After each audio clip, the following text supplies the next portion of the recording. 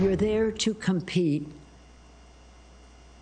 Do not risk incurring the anger of the Chinese government because they are ruthless.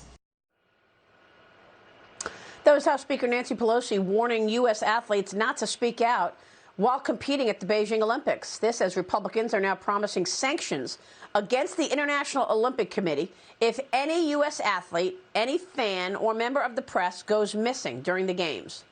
Wow. James Freeman, can you imagine now we're supposed to sit on our pins and needles wondering if anybody goes missing? It's amazing that she felt the need to say that. I don't think, by the way, it's helpful to someone preparing to compete at their best in a sporting event to say right beforehand, by the way, you might be in some danger in this country.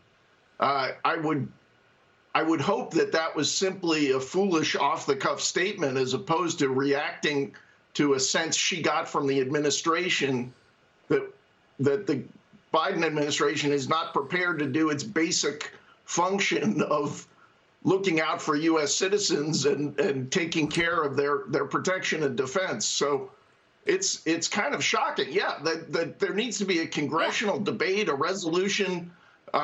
This should be obvious, and if it's not obvious to the Chinese government, it should have been communicated by the Biden administration. Not a single hair on the head of any athlete or fan is to be messed with, harmed, interfered with in any way.